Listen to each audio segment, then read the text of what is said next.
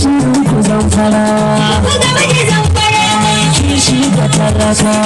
Sha gaban Kaduna. Kuma zaga Zamfarawa. Ku gaba da Zamfarawa. Ku gaba da Zamfarawa. Sha gaban